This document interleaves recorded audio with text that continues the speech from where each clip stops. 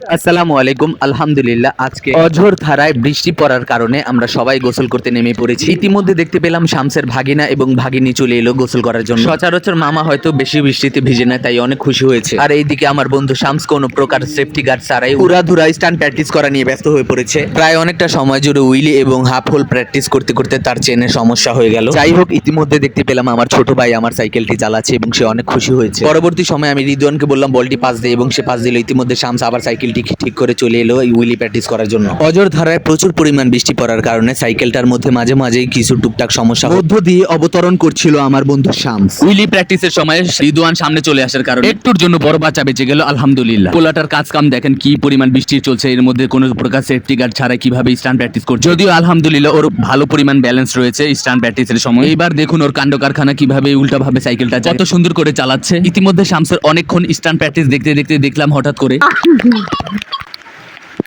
শামসের ভাগিনা এবং ভাগ্নি বলছে, মামা আমাকে নিয়ে যাও প্লিজ, মামা আমাকে নিয়ে যাও। যাই হোক, আলহামদুলিল্লাহ একটু দুষ্টু পানি করলাম। আজকের এখানেই সমাপ্ত। আসসালামু আলাইকুম।